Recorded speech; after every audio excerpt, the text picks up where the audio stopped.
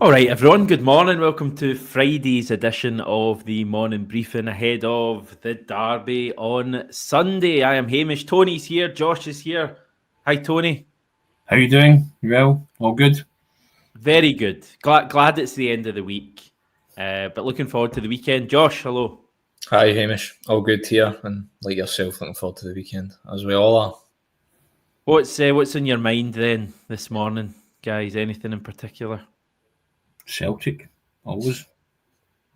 Fair enough. Really? Was it Billy Connolly used to sing? Well, he sang a swear word, but Celtic in the morning, Celtic in the evening, Celtic at supper time, something like that. You know what I mean? I think that's how we would sum it all up, isn't it? Yeah, but great weekend to look forward to. One last hurrah as well. Second last hurrah, because we want a hurrah at Ibrox and we want a hurrah at Hampden, don't we? But yeah, let's do it. Okay, we're going to chat about the game. Morning, everyone. Say hello. Morning, Mary. Morning, Kaiser. Morning, Welsh Paul. Morning, Danny. Morning, Seamus. I could go on all day, but we've got other stuff to talk about. A quick word from our sponsor to start off. This Celtic Way video is brought to you by S1 Jobs. If it's time to hand in your transfer request, then head over to s1jobs.com and upload your CV today. With thousands of jobs across Glasgow, Edinburgh and the surrounding areas, you'll find the one at S1 Jobs. Start your search today. The new home kit is out, guys. It's official. Now, it must be the kind of shortest time we've ever had between a leak and an unveiling. I feel like the leak was only like yesterday and now it's been unveiled. So Celtic probably not too bothered. What do you think, Josh? I think it's quite smart. I think it's usually par for the course with the home kits. They grow on you over time. You probably eventually buy one halfway through the season after choking at the price initially, which I think is £75 for the top alone this season, which is a bit wild. But yeah, I think it's quite smart. It's not too bad. I wasn't a particular fan of it when I saw the initial leaks, but once I saw the likes of Daisen Maeda, Cal McGregor sporting it, I think it looks pretty good. Tartan design's not too bad, and yeah, hopefully it could spring Celtic onto more success next season. I don't think the club are officially. Oh, they are. Sorry, they are. I've just seen it. I was going to say I haven't seen them use the word tartan, but they call it an intricate tartan-inspired detailing. Tony, showcasing the club's iconic hoops. £75 for a stripped criminal. That's just the top, Tony. Utter robbery, by the way. So, if you're asking me, I don't care what it looks like. I mean, you can't really go wrong with the hoops, but somehow Celtic try and make a rickets of it every other season. And I'm waiting. See, for 2027, they just have to bring out a plain 1967 top. Do not besmirch it with anything. No logos, just plain a retro top, just in that design. And we know it would be made by Adidas. I get that, but you've got to put the kettle on for that. If they don't do that, there'll be uproar, hardcore uproar for those who are back in the day. That's only the 90s. But yeah, I just think 75 quid's robbery for a jersey, Hamish, especially a Celtic jersey. And I say it might grow on me, it might not, but my thoughts. I think you should stop selling them.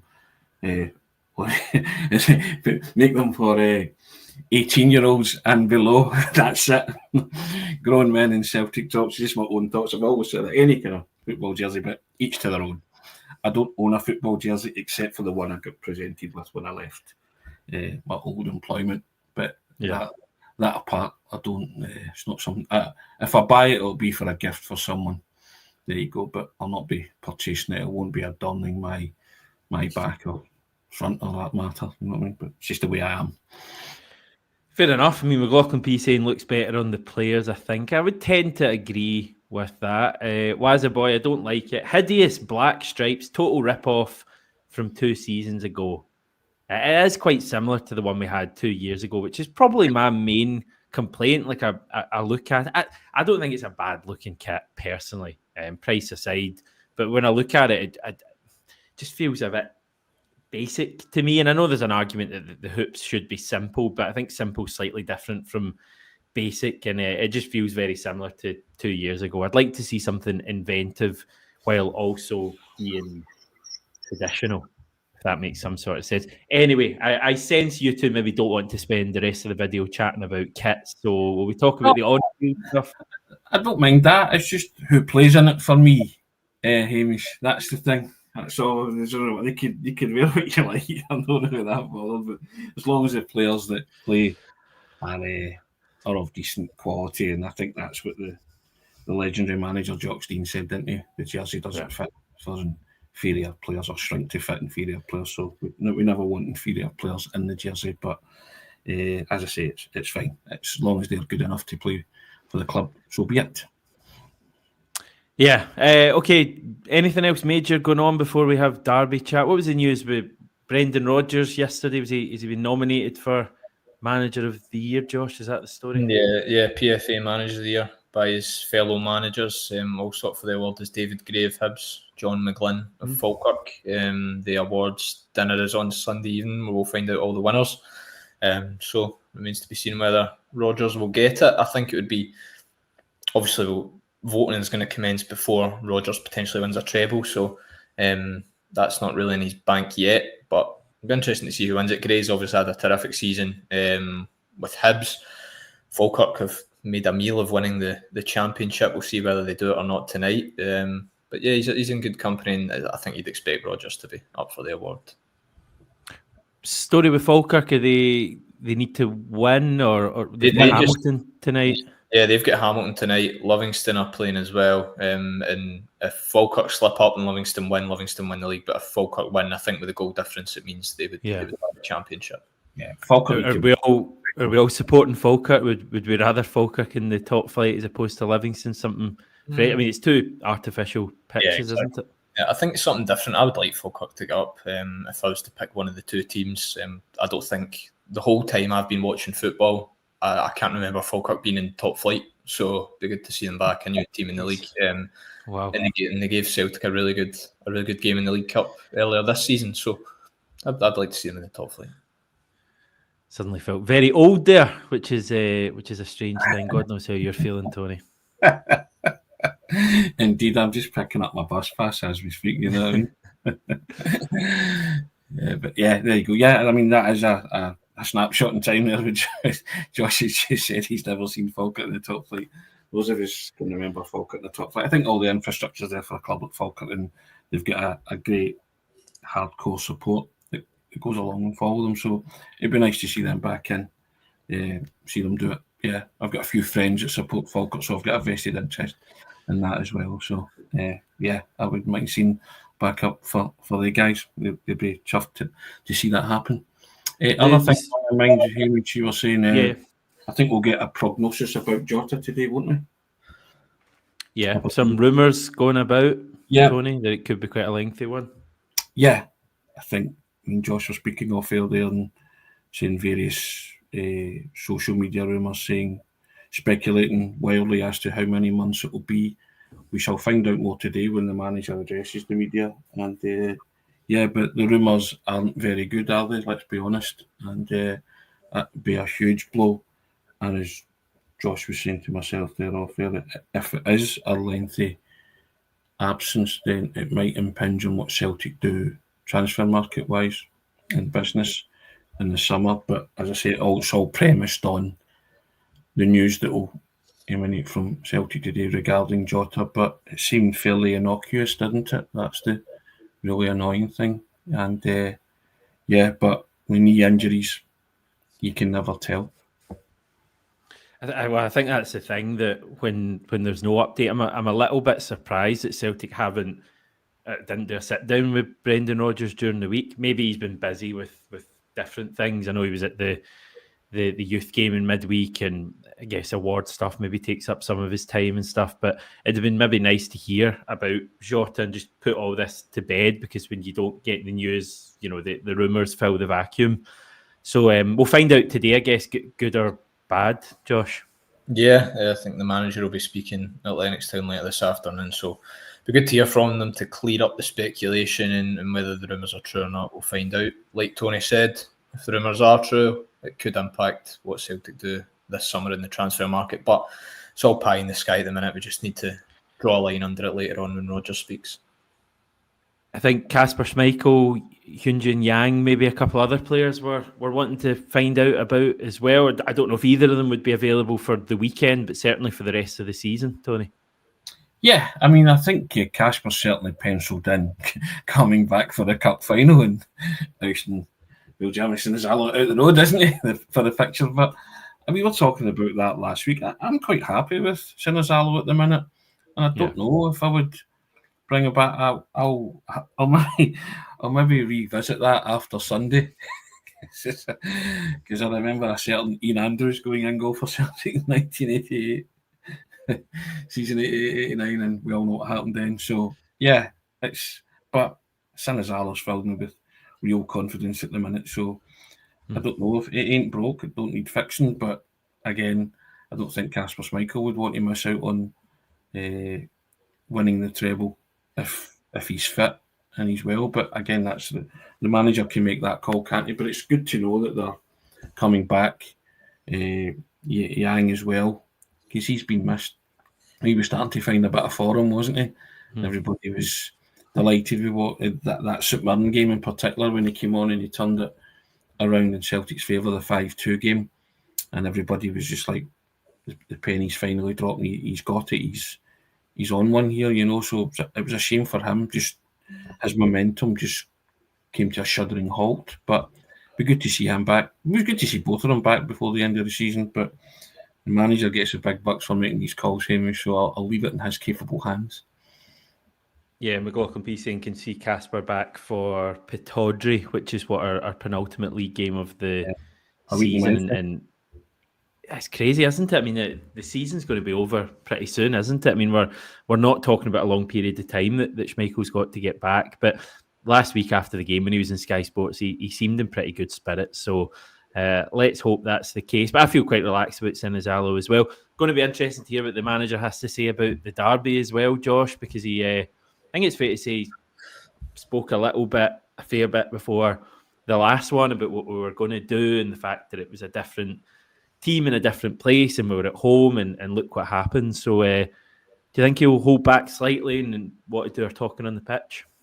I think he kind of has to, doesn't he, given that Celtic have lost the last two games. You don't want to continually speak out and not make a fool of yourself, but you know what I mean, and talk the talk. If you talk the talk, you need to walk the walk, and Celtic haven't walked the walk in the last two derbies, so they need to do that this weekend. And if I was Rodgers, I'd refrain from kind of making any smart digs or comments at Rangers or that. I know Celtic got 17 points ahead and have just won the league, but you're going into this game having lost the last two fixtures against Rangers, conceding 9 goals in the previous 3 games against Rangers, having not beat them in 90 minutes since September, which is about 8 months ago now. So I would refrain from making any comments of that ilk. But just for obviously Rodgers and the players, I think it's a big game for them. I think they look to the fans to put in a good performance against Rangers and get a result, especially at Ibrox. So just have to wait and see what happens. I know that people talk about it being a dead rubber. I think for me, Celtic Rangers games are never dead rubbers, no matter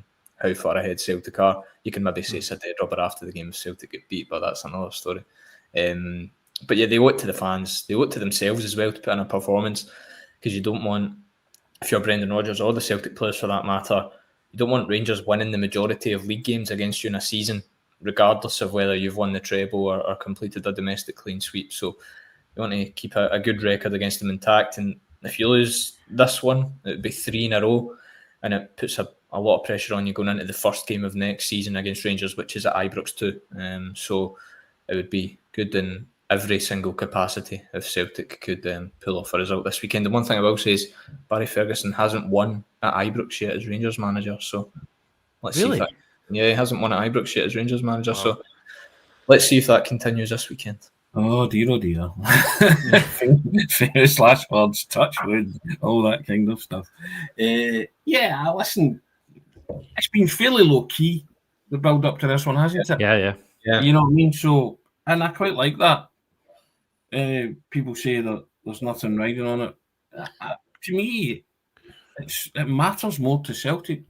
Celtic have to go and win this one for just the optics alone that we spoke about on Monday. I think it was Monday or Tuesday. And I Tuesday or Wednesday, I think it was on. But I think it's Celtic have to win this one. I don't buy into this that the dead rubber mentality, as Josh said. There's never a dead rubber, but it matters more to Celtic to square the series of games and to end that rut of losing the last 2 and could possibly lose 3 in the spin. It matters to me, and I always speak for myself as a Celtic supporter. So I can't speak for anybody else, but it matters to me that Celtic win this. And I also think that they want to win it and win it in style. Show why you're the champions. You've got 2,000 people there who it will matter to as well. They'll be fortunate and privileged enough to get a ticket for that. So you owe it to them to put in a performance, and you owe it to atone for the last 2, stroke 3, because they have conceded 3 goals in those last 3. And and as Josh rightfully said, Barry hasn't won at Ibrox. We'll just gloss over that because how these things have a bite you. And I don't imagine the man. I think the manager. We spoke about it at the time, but that's the most vocal I've ever heard them going into a Rangers game before the last one. And it did come back, those comments did come back to bite him a wee bit. So, and it was very uncharacteristic of him because he's not usually like that. And he spoke about the stealing of the game plan and Celtic were up for it and would be ready, and nothing had changed from Barry Ferguson's team. We didn't see any great change. Then all of a sudden they lost to them. So I just think I think you can go there with the conceit of yourself and the fact that you're champions. Go and play like champions. Go and show exactly why you're champions. Show why there's a gulf. Because if they don't and they get beat, then the whole kind of momentum's a big thing in football. Rangers have won 3 against Celtic, possible takeover stuff. That's going to rumble on into the summer, isn't it? And give Rangers a feel-good factor. You want to quell that feel-good factor, nip it in the bud for the time being. And as I say, go and show why you're a champion. Because you're a much better team than you've shown in the last 2 games against Rangers. Big time. Go and show it. I think just what you said at the end there that's everything for me. We haven't done ourselves justice in the past, arguably the past 3 derbies, but we won the cup final. So, and Callum McGregor made that point in midweek. The last 2 in the league, we have not done ourselves justice at all. We've played into their plan. Their plan has worked, and fair play to them for that. But we've played right into it with the way that we've played, the mistakes we've made. You look at the goals we've conceded across those past 3 games. I think I made this point after the defeat at Celtic Park, but so was it 9 goals across 3 games, and I reckon at least 6 or 7 of them were from really bad Celtic errors, like uncharacteristic Celtic errors. So this fixture has become a bit of an issue for the team in recent matches, and it's quite unlike us because up to that point they were the ones that just couldn't deal with us at all, and they hadn't beaten us in a long time in a meaningful fixture. I think it was years since they'd beaten us in a fixture that mattered before the new year. So we need to stamp that out quickly. And that's it in a nutshell for me. Go and do yourself justice. You're a better team than Rangers. Look at the league table. Look at the way you played in the Champions League against far better teams than Rangers, holding your own. Leipzig, Bayern Munich away from home, Villa until later on in that game when we're missing half a team that night. This is a good Celtic team.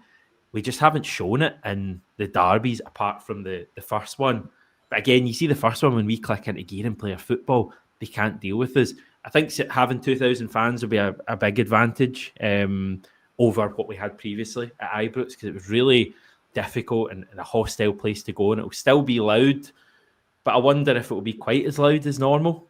I think they're in a pretty kind of tough place at the moment, and I wonder if a bit of the kind of air has been taken out of them after going out of the Europa League. I think that was offering them something to cling on to for the rest of the season and kind of keeping the players going, a little bit like us in the Champions League. So I think you make a fast start, we play our football, guys like Engels and Kuhn, good players who again have shown it at the Champions League level at times. Go and show it in a derby. Go and take the game by the scruff of the neck. Arne Engels, go and run the game. Don't just kind of go missing like you maybe have in the recent derbies, and then at the end of the match kind of wonder what happened. Nicholas Kuhn. Has Nicholas Kuhn really done it in a derby yet? Maybe the first derby he was pretty good, but since then, go and do it there. Rail Hatate at times in the recent derbies, it has been pretty poor, pretty erratic, I'd say. So, all of these guys, Daiz Amida is kind of the one constant this season that's always kept doing it against Rangers. But no, I feel good about it. I do. I mean, I think I say this before every derby, but I do think that the team will be really motivated and on it on Sunday, and we'll be feeling like we are. Ian reckons the same. He says, I'm confident we'll turn up on Sunday and play like the champions we are. What do you think, Josh? I think you talk about the confidence in the team.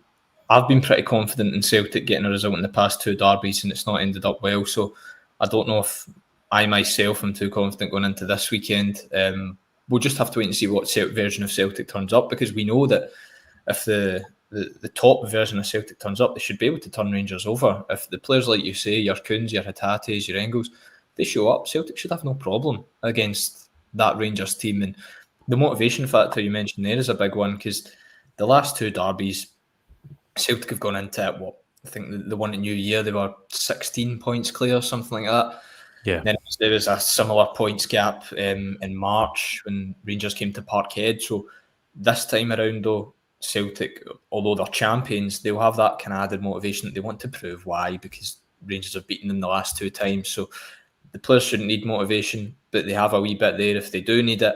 And like you guys have said, I think if you were in the dressing room on Saturday or Sunday rather, you would be perfectly placed to give a team talk with what you have said already. So the players should be up for it, and they need to prove why they're champions. It's their last chance of the season to get a really good result against Rangers. They've only got one this season. Obviously, the cup final was Ichi Pichi. So hopefully the best version, the real version of Celtic runs up. We'll just have to wait and see what happens. It's all on the day, isn't it? Hamish, you said it's an issue. Don't let it become a concern. Yeah. End of story.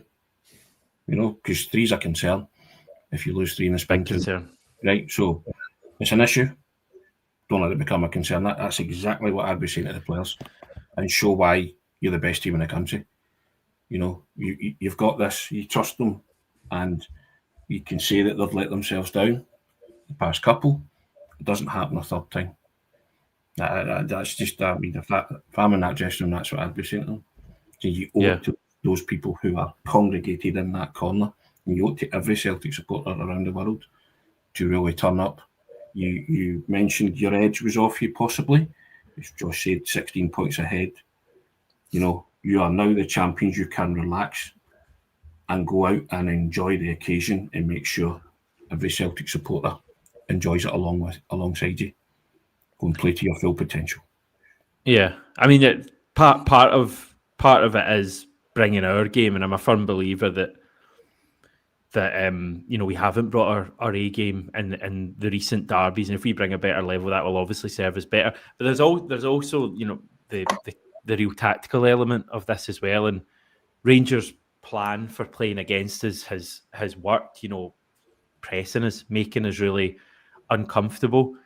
I thought even at Tannadice last week, early on in the game, we looked a bit uncomfortable when Dundee United came after us, and then I think what happened is there was that break in the first half for the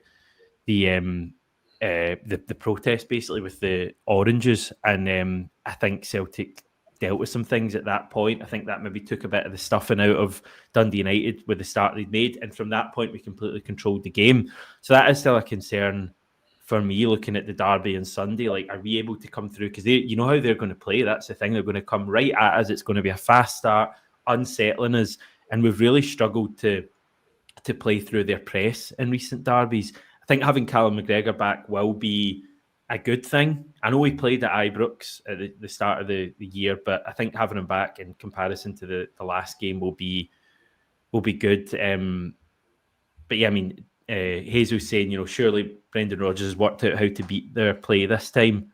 With better players, they should be winning. Everyone has to turn up, though. Do you think we'll see a different game plan from the manager? Because I think a lot of fans have called out for us to be a bit more direct in this fixture.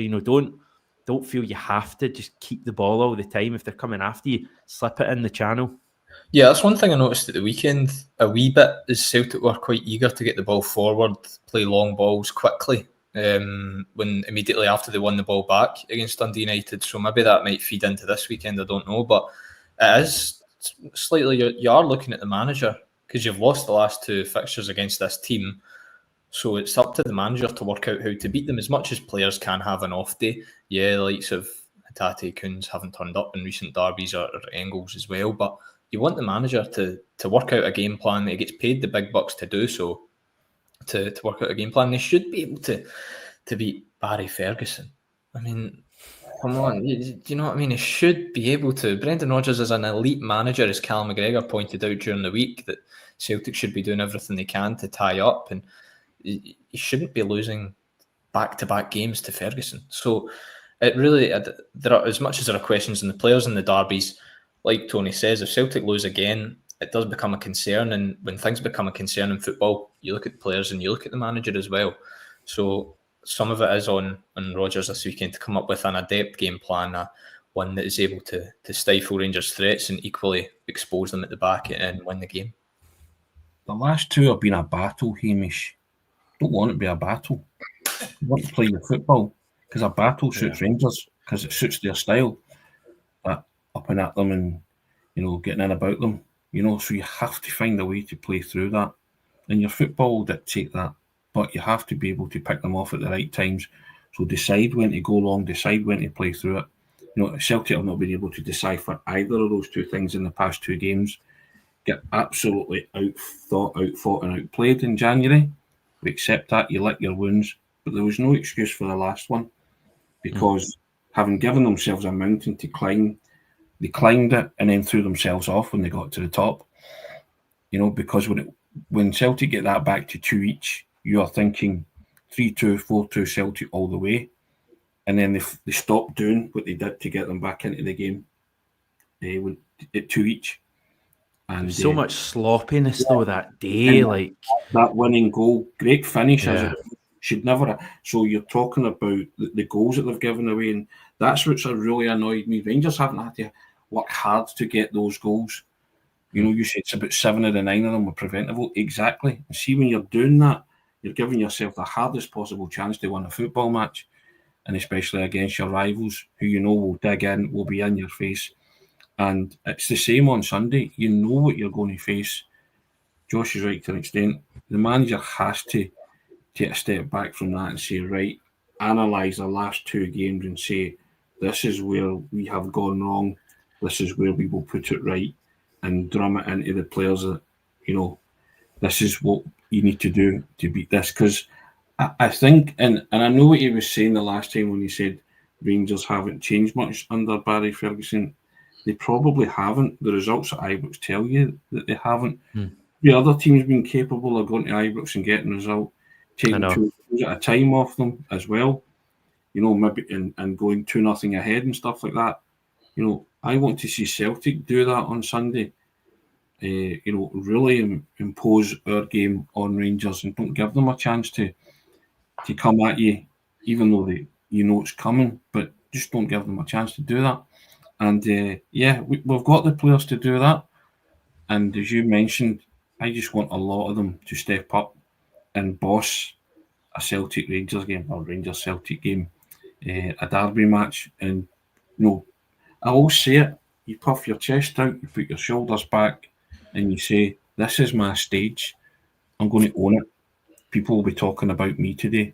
The last one, Nico Raskin did that. Can't say he didn't. He's probably Rangers' best player at the minute, and I thought he was very good, and he made the day awkward for a lot of us. So I want Arne Engels to go and do it, as you said, at Ibrox. I want Kuhn to do it at Ibrox. I want Hatate to do it at Ibrox. I want McGregor. I feel comfortable with McGregor being there, and I think the surprise package in the mall might be Big Adam Ida. He's going to have to play now, isn't he?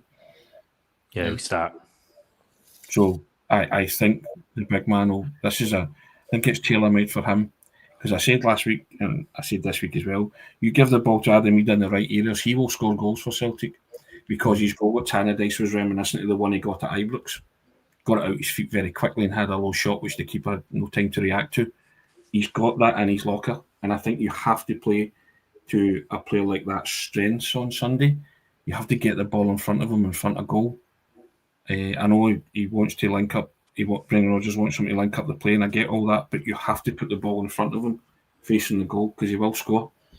I mean, that's a big change, I guess, from the last derby. I know Ida came on at half time, and I don't remember him playing particularly well, to be honest. So I don't know if you could say him coming on was like a big difference in the team being better after half time. I felt it was just a general better performance from the team, but yeah, big one for Ida on Sunday. I want to be coming away on Sunday talking about guys who have had a fair bit of criticism this year, big money signings, Arne Engels, Adam Ida, and I want to be coming away going, those guys have got it. No doubt in my mind, they've got what it takes to shine in these big games.